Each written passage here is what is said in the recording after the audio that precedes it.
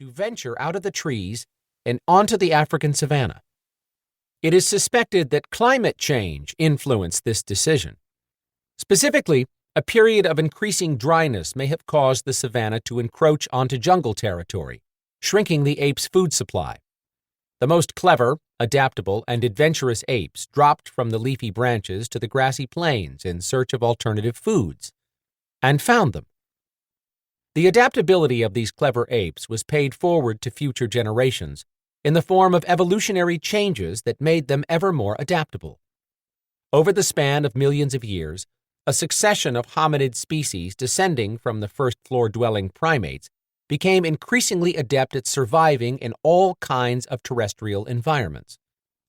Archaeological evidence suggests that most of the changes that occurred in the process by which Homo sapiens evolved from the earliest hominids generated creatures that were capable of finding, gathering, capturing, killing, cultivating, and domesticating a greater variety of foods.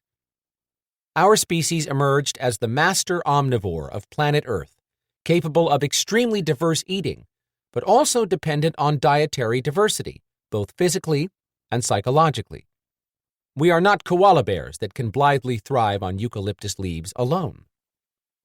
Above all else, it was a large and growing brain that made the succession of species between the proto-chimps of 7 million years ago and modern humans increasingly dietetically adaptive. Novel brain power enabled the hominids of the Paleolithic period to invent tools and techniques that brought more and more foods into their diet. Big brains also furnished them with communication skills that supported sophisticated methods of cooperative food foraging, as well as reasoning skills that were used to make smart dietary choices as new options presented themselves. At least 164,000 years ago, for example, one human gambled on wading into the sea to extract shellfish to eat, and his success added seafood to the diet of the species. Dietary experimentation is risky, though. Whenever a creature eats something it has never eaten before, there is a chance of disaster.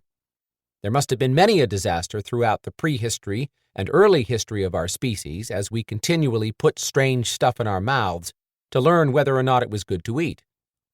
Consider the example of the Strychnos nux vomica, a plant that produces fruit that is attractive, sweetly fragrant, and poisonous, so that our ancestors in Southeast Asia and Australia, where the plant is native, were beguiled into tasting it and met with deadly consequences when they did. Yet the fruit of the Strychnos nux vomica is almost indistinguishable from the bale fruit, which, although terrible tasting, is non-toxic and even medicinal. As they say, you never know until you try. The knowledge gained through such experimentation was transmitted from person to person, generation to generation, in the form of rules about eating. Almost from the very beginning, this passing down of collected food lore must have carried a moral element, because even rats have enough inborn conscience to go hungry if eating hurts another rat. As our brains grew larger and our language skills more sophisticated, this moral element intensified.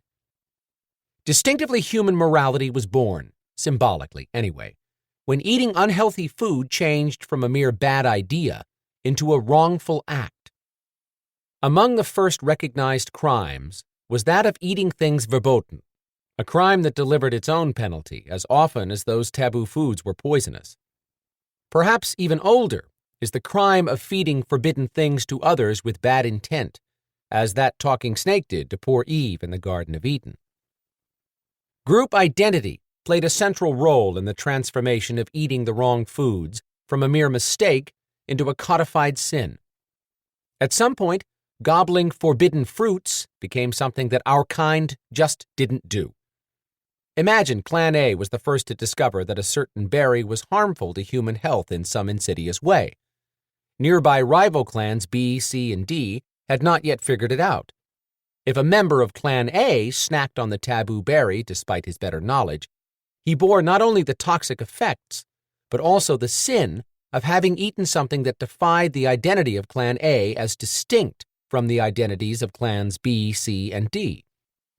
The pressure to not eat what one's group did not want one to eat was so severe that a propensity to make moral judgments based